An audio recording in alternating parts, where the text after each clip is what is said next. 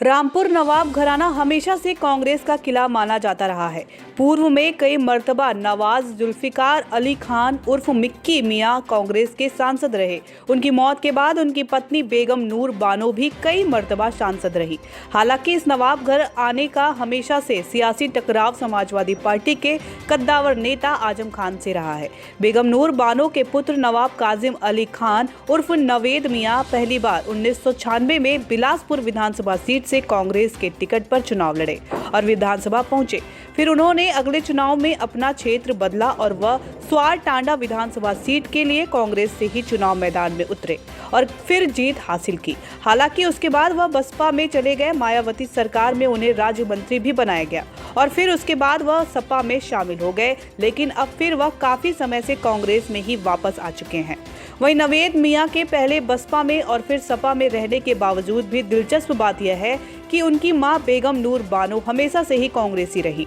वक्त ने एक बार फिर करवट बदली है और नूर महल की सियासत प्रत्यक्ष रूप में दो खेमों में बढ़ चुकी है। इसका बड़ा कारण यह है कि बेगम नूर बानो और नवेद मियां एक जगह ही कांग्रेस पार्टी में हैं, जबकि नवेद मियां के बेटे नवाबजादा हमजा मियां कांग्रेस पार्टी छोड़कर अपना दल में शामिल हो चुके हैं।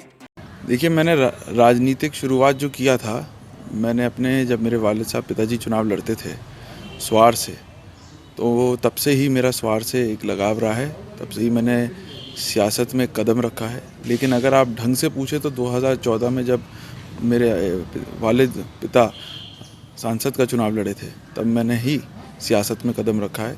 उसके बाद उनकी विधानसभा स्वार टांडा में मैंने काम किया था और 17 में उनका चुनाव पूरा संभाला था।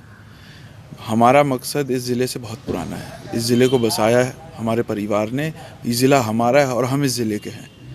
हमारा मकसद ये है कि जो स्वार टांडा यूँ चुना गया है कि स्वार टांडे से हमेशा ही एक बहुत ही गहरा लगाव रहा है, चाहे वो मेरे दादा के टाइम से हो या मेरे वालिद का हो या उससे भी पुराना हो। अब मैं आपको बताऊं, नुकसान जब ये सपा सरकार रही है, सपा सरकार में सबसे ज़्यादा नुकसान रामपुर ज़िले में हुआ है। आज़म खान ने ख़ास तौर से इस ज़िले को बहुत पीछे किया है। अब आप लालपुर का पुल देखें जो स्वार टांडे की तरफ जाता है, वो तोड़ दिया।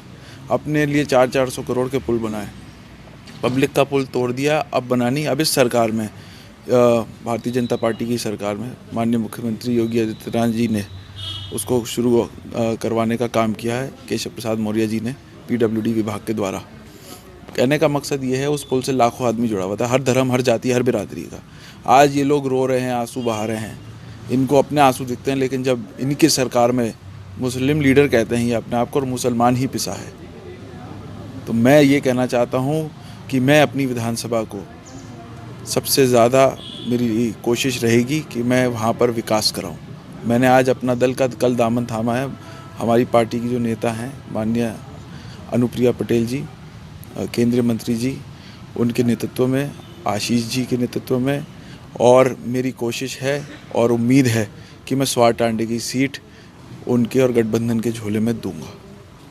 मेरी कोशिश ये भी है कि स्वार टांडे में मेरी कोशिश यही रहेगी कि रोज़गार हो। देखिए, 2 फैक्ट्रियां हैं। जब से सपा का ये विधायक अब्दुल्ला बना था, फिर उसकी विधायकी निरस्त हो गई थी। 2 साल वो